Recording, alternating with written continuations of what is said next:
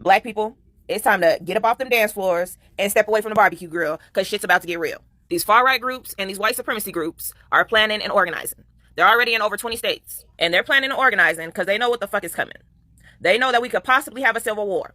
It's very unlikely to have a civil war because we have more than enough military and law enforcement to where a group wouldn't be able to get big enough to take over. So we're more likely to have slow civil conflict. So that's pretty much like not a large scale civil war. That's something that just gradually happens over the years. So that's more political violence, more violent protests, more hate crimes, more political assassinations, more bombings and targeted shootings, and of course, more communities feeling like they need to stockpile weapons. Now, these events don't add up to a traditional war, but they feel like civil conflict in slow motion, and they create an atmosphere of fear. And these are similar to the events that occurred in Lebanon before a full civil war broke out. I know everybody relaxing right now. Everybody got their boots on the ground and having a good time at the cookout. Now it's time to get real boots on the ground. It's time to organize and plan and get our minds right so we can get ready for this fight. So some of these groups are the Oath Keepers, the Proud Boys, the Patriot Front, the Three Percenters, and the Boogaloo Movement. If you're wondering how all these motherfuckers is organizing and coming together, they're using Telegram, Matrix, Signal, Facebook, Twitter, Discord. That's how they're organizing across all these states. That's how they organized January 6th. Patriot Front is probably the largest white national group because they're active in over 40 states. So we need to either start planning and organizing to fight back, or we need to start planning and organizing to get the fuck up out of here. Because there's only two choices: stay and fight or run and flee. Hello, everyone, and welcome to Global Gist with BJ. How are you all doing? I hope you're good. Thank you for the consistent support for my returning viewers. Right, today I want to talk about something I actually noticed, and I am truly impressed with it. It's with my Black American brothers and sisters. There is an awakening that is going on right now. I don't know if I'm the only one that is seeing it, but I am truly happy with it. I like it. I like the way they are now beginning to speak up for themselves. I am American. I am this. I am that. I like it because a lot of people are beginning to see it. Oh, they're going to deport them next. Oh, they're going to send them back to which country? Imagine people saying they're going to deport people to where? People that don't have any place. The only place they have is that America. But people keep saying, oh, you people are next and all of that. I love the awakening that is going on. Every now and then they're putting it to their face. They are lecturing everybody, be it Latino, Mexicans, Cubans, everybody, Hispanic. They're telling them to their face, I'm American and I have no place. I own this place. Guys, I love it so much. And you guys keep doing what you're doing. I will be back with the commentaries. I want you to see those videos. I actually enjoy them. And I thought to share them with you. I am not an African. I am a Black American. What that means is that my entire family has come from America. I am the descendant of people that were slaves. That's what that means when I tell you that I am a Black American. That means that the people that have been in my family for generations built this country. That means that my grandfather, who served in World War II, that helped fight and defend this country, and was, by the way, denied GI Bill benefits because he was Black, is a part of the history of this country. I am not Haitian. I'm not Nigerian. I am not from any of these other countries. I am a full-blooded 100% Black American. And what that means is that I will speak on Black American culture in any way that I please, but what I will also do is I will not allow for it to continue to be co-opted by Africans who come here with so many more resources than your average Black American does, try to wrap themselves up in our struggle, our oppression, our history, and try to co-opt every space that we have built for ourselves, like they've done in the destruction of the Essence Music Festival. So don't try to discount what I say and try to pretend that I'm Haitian or I'm not American or whatever. No, I'm 100% Black American. Black American Floridians, see that? We built up Florida. We the ones who done laid down the foundation, built every Black Wall Street in Florida, built all the Black neighborhoods in Florida, from Rosewood, Black Wall Street, all the way down to Overtown in Miami, Black Wall Street, known as the Harlem of the South. We built that up. Last time I checked, we the ones who fought in the Florida Seminole Wars as Black indigenous for 100 years plus, handing out straight BTAs with no help. And we damn sure wasn't defeated, we just assimilated. The foundation was built by us. Everybody else is just occupying space. And you know what we call that? We call that leeching. As Black Americans, I think it's time for us to start claiming Florida more. Name dropping all our achievements in Florida. from Miami all the way to the Panhandle. And if anybody question you about it, ask them what they built since they've been here and wait for a response. I bet you won't get one. I ain't gonna lie, I'm getting a little offended by these people that think they're warning black Americans that if we don't get in on a protest, that they coming for us next. I think we told you that they were coming for you next. I think that's how that thing worked. I think we told you that they were coming for you next. You talking to a people that don't even have their own last names right now. You think you warning us of what? This is the disrespect for my ancestors. You think you talking to somebody about what? When my people have been enslaved in this country for 400 years and have gone through hell and back for freedom, and you think you warning us of what? No, we're warning you. That's the issue for me, that you're speaking as if you telling us something. No, we told you. We've been doing this. We've been in these streets getting bit by dogs, houses set on fire, you know what I'm saying? Incarcerated, mass incarcerated, for stop and frisk. We've been on that. Y'all, this is new for you. This is new for you, and it matters to you now because it matters to you now. So that's the first thing, the disrespect, talking to us like if this don't, many people wouldn't even be here if it wasn't for black Americans because as we know, they had to make an amendment for birthright. So that's the first thing. There needs to be a conversation about respect here. But, you know, I love all my Latino brothers and sisters, Asian, everybody. But what y'all not going to do is talk to us like you warning us. No, we the blueprint. We warned you. Peace to the tribe. So the reason why the term African American is not on our grandparents and our great aunties' birth certificate is because that misnomer was not added to the United States federal census until the year 2000. That word was not added into our ethnic group until the year 2000. Prior to 2000, we were black, we were Negro, we were colored. African American is it's the newest ethnic identifier that they put on us, and it's the worst one. It's by far the worst one because it attaches a whole nother landmass into our ethnic group. It adds confusion. Right now, the Democrats don't even know how to define an African American. They got a whole Asian man who identified as an African American running for mayor. So if we want to truly gatekeep and prevent ethnocide and erasure, we got to stop referring to ourselves as African Americans because we're not immigrants.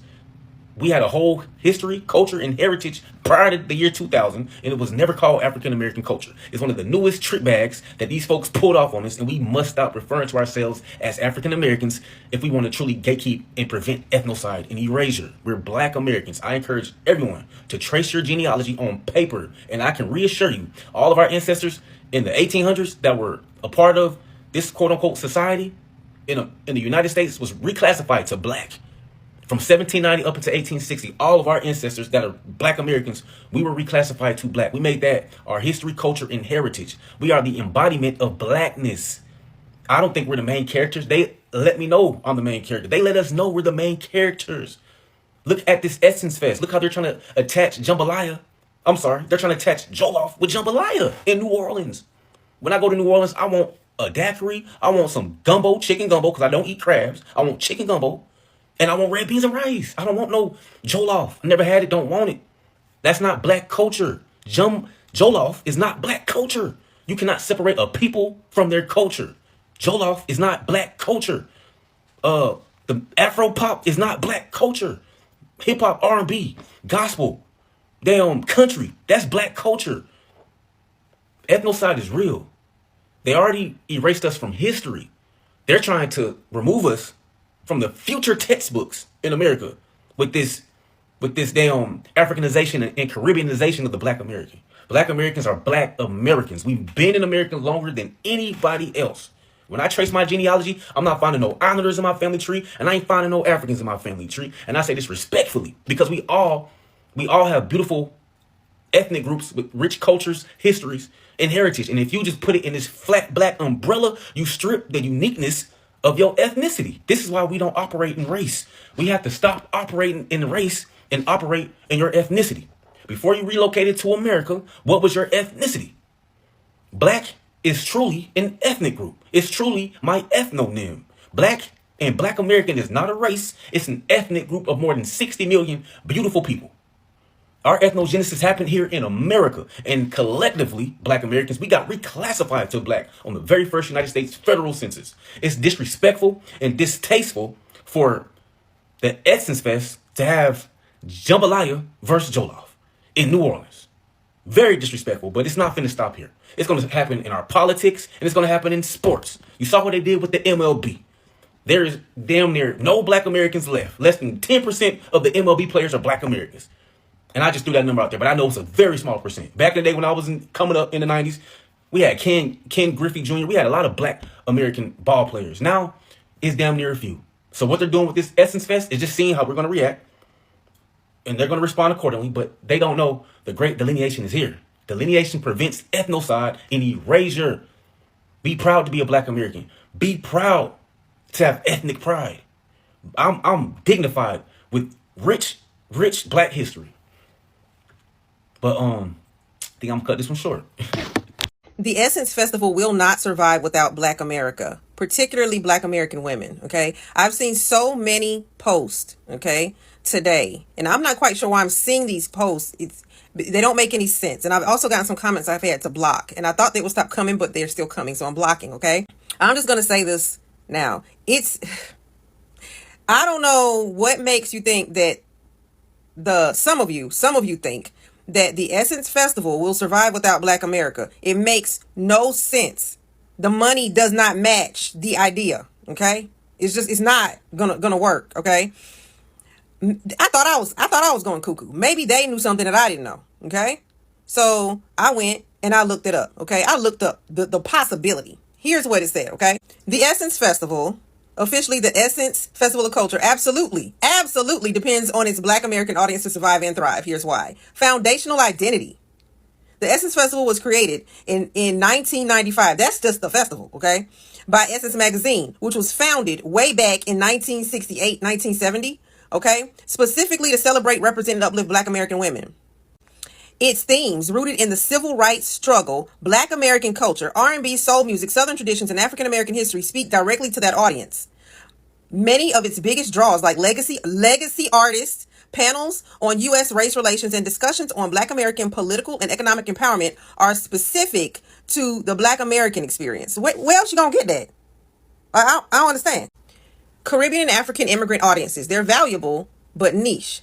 Caribbean and African immigrant audiences definitely attend and contribute to the vibe. However, they are minority demographics within the U.S. Black population, smaller in numbers compared to the native-born Black Americans. While these groups are culturally rich, and yes they are, and increasingly influential, yes, they don't have the same historical or emotional connection to the Essence Festival's roots, which center around Black American life in the U.S. Now here's the economic reality, and this was obvious to me, and I'm not quite sure why it's not obvious to everybody else. The festival is held annually in New Orleans, a city with deep Black American cultural ties, jazz, Creole cuisine, second line parades, etc. The majority of attendees, sponsors, and performers are American-based, and much of the revenue depends on domestic travel and spending. If the core Black American audience lost interest or felt alienated, attendance, sponsorship, and cultural relevance would drop significantly. The bottom line, no, the Essence Festival cannot survive solely on Caribbean and African immigrant influences. While these communities add flavor and diversity to the event, the festival's survival depends on maintaining strong, authentic ties with its foundational base, Black Americans, especially Black American women. If it ever alienated that group, it will lose its soul, because we are the soul culture. It will lose its soul and much of its audience too. You see what I'm saying? And that's why people were talking about how it feels kind of different. It feels kind of different. We are the soul culture. We know what we feel like. We were raised up in it. Like, we are the soul culture. So when we walk in, if we don't feel it, something's off. So you would think that when people make purchases like this, they understand the assignment. I would never go in to or say, oh, this is a good buy.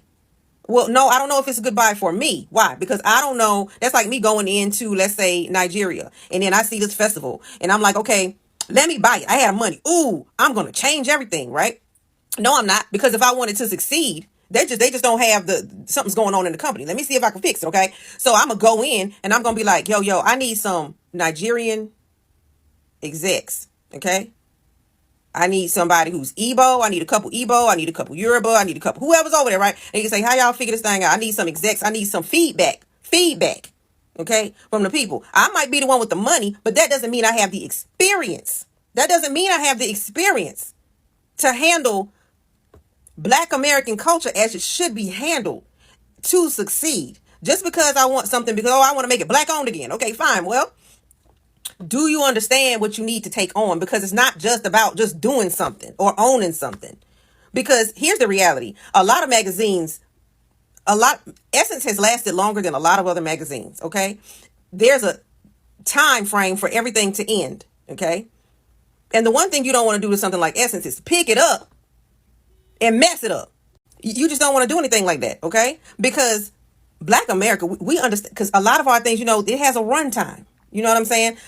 Stores have a runtime, magazines have a runtime, they have a runtime. You know what I'm saying? And then we moved into the digital age. Okay, back in the day, just like a lot of people remember, I remember, a lot of people remember, Essence magazines all on every month. That's what we would read. It's a part of our culture. Okay, we were excited to see Essence magazine, Jet magazine. Those things in the house now. Okay, so you don't want to just buy it, just to say, okay, I got it. And then do something and start trying to continue something without listening to what the people or the employees were telling you when you purchased. Okay? Because allegedly, according to Business Insider and other places, they weren't listening. The new owners weren't listening. And they were like, we've been doing this for a long time. Y'all need to do stop. And when I tell you this, I'm not telling you this. It wasn't just Black American people working inside Essence. Okay. Essence was founded and owned by Black Americans, but it wasn't just them working, because that's business. You know what I'm saying? So you take people with good ideas. Okay, well, bam, we're going to do this. But they knew the assignment. And I keep saying this. They knew that they didn't come in there with some agenda to derail, because they knew why Essence had been founded in the first place. It's not just a magazine. It wasn't just entertainment. Okay?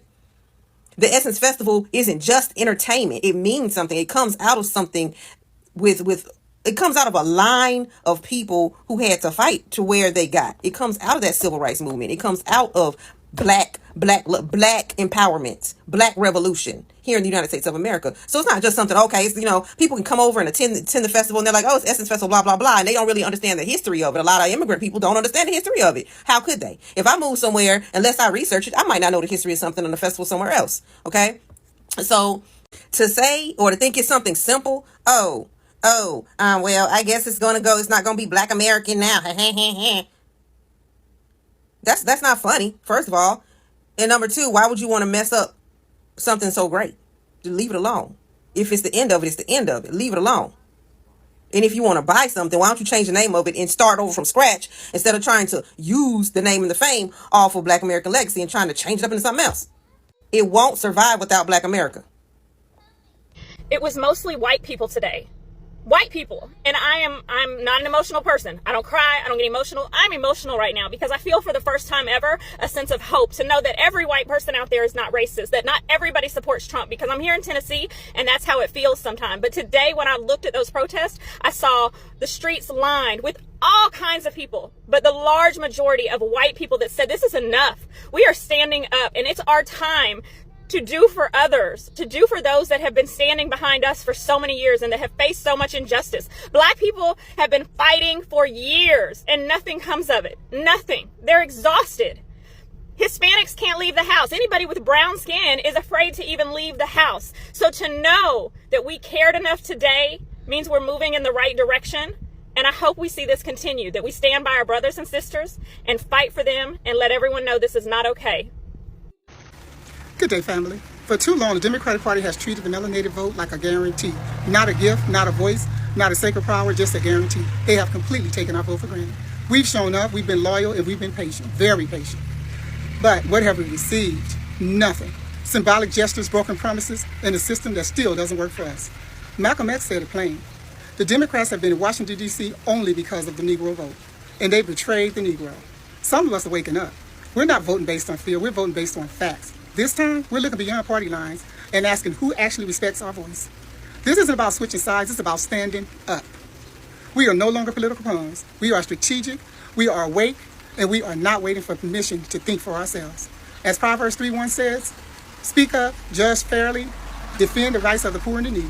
So we speak, we rise, and we vote on truth, not tradition. Thank you for listening and have a good day. It's raining here That's the reason why I'm not out in nature as I usually be. I have to stand on my porch. But it's raining, raining. We need the rain though, because I need rain for my garden and for my grass and my flowers. Thank you everyone for listening. Have a great rest of your day. I just wanted to remind everyone that it is written in the U.S. Constitution that it is perfectly acceptable and legal that if the American people are not satisfied with who or what we have in office, we can overthrow the government. I'm just going to put that out there for you. I'm a Black American from California who's also an academic, and I'm seeing a disconnect in the discourse right now, and we are not going to agree on this. We are not going to reach some type of mutual understanding. Black Americans are willing to let it burn. Black Americans are willing to stand on the bridge and let the match themselves so that it can burn. And I don't think other communities know what to do with that, because that has never been the vibe or the get down of Black Americans. We have always been able to fight. We have always been willing to fight. We have always been on the front line, but this is one time we are willing to let it burn. And I'm seeing all the disconnect in the discourse, right? And it's like Black academics don't know how to speak to the regular Black folks, because I don't know if they don't know how, or they're just not being honest about the ways in which immigration impacts Black communities, right? And then you have Black Americans descendants of slaves having a hard time engaging with Black immigrants who are first, second, third generation. Then you have Black Americans or Black people who are also having a hard time engaging with other POC communities. And the problem is all of those conversations are happening at the same time, and people don't know if they want to appeal to our Blackness or if they're trying to appeal to our Americanness. Because even Black Americans haven't reconciled what it means to be Black American, because while we're Black, we understand that we're oppressed, but a lot of the Black Americans don't understand the ways in which we still benefit from American imperialism and colonization, so on and so forth, right? And the problem with these conversations happening at the same time is they're happening because they're trying to force Black Americans to do something.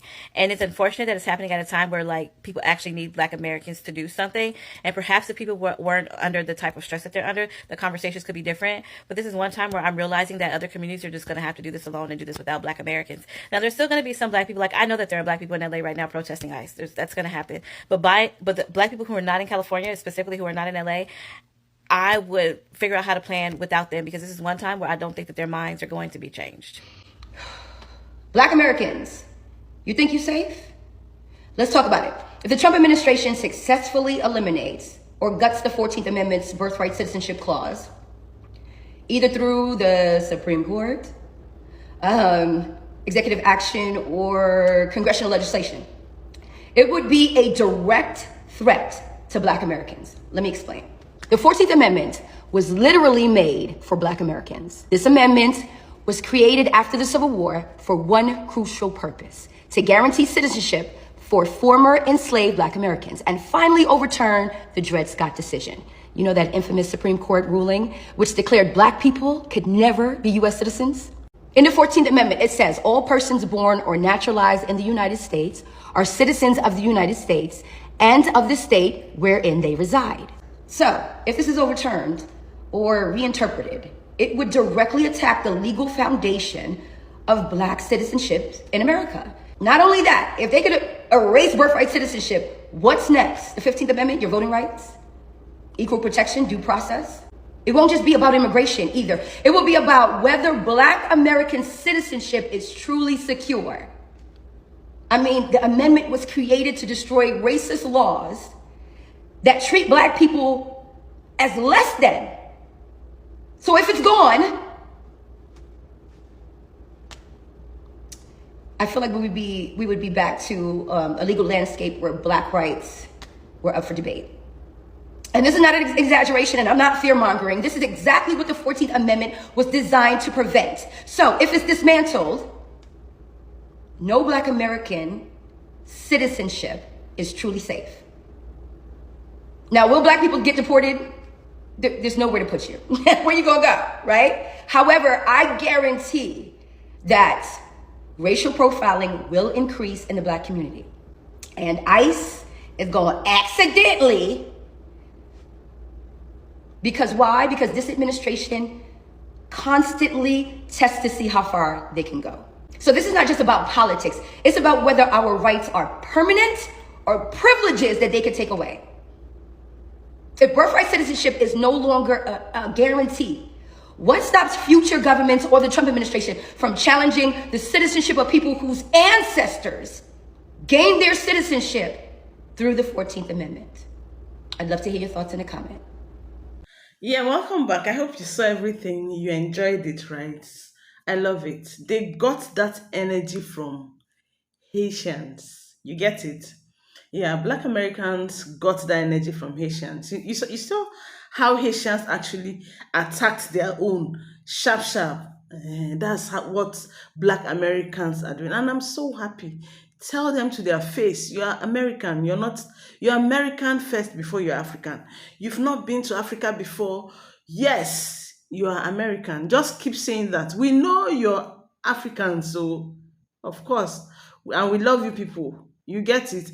But the truth is, we also understand that you don't have a stay already in Nigeria. And we could feel that pain, knowing fully well that you've not been here before.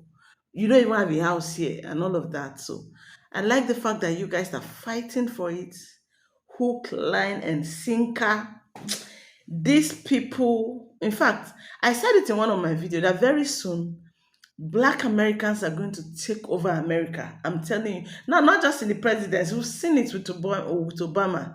That's not what we're talking about now. Buying up industries, farms, and all of that. You guys, your ancestors are with you people. Yes. Do not forget to be bold. Do not forget to stand strong for what you know. If you have not subscribed, subscribe. If you have not subscribed, subscribe, like, share, and keep commenting. I love you all, and I'm sending my love to you wherever you are. We are with you in all of this. Nothing is happening. While they are there trying to do anything, we are here giving it to them. Gbasgbos. Go and find out what Gbasgbos is all about. So I'll see you very soon with a good one too. So if there's any topic anyway you want me to talk about, just put it in the comment. Let me talk about it.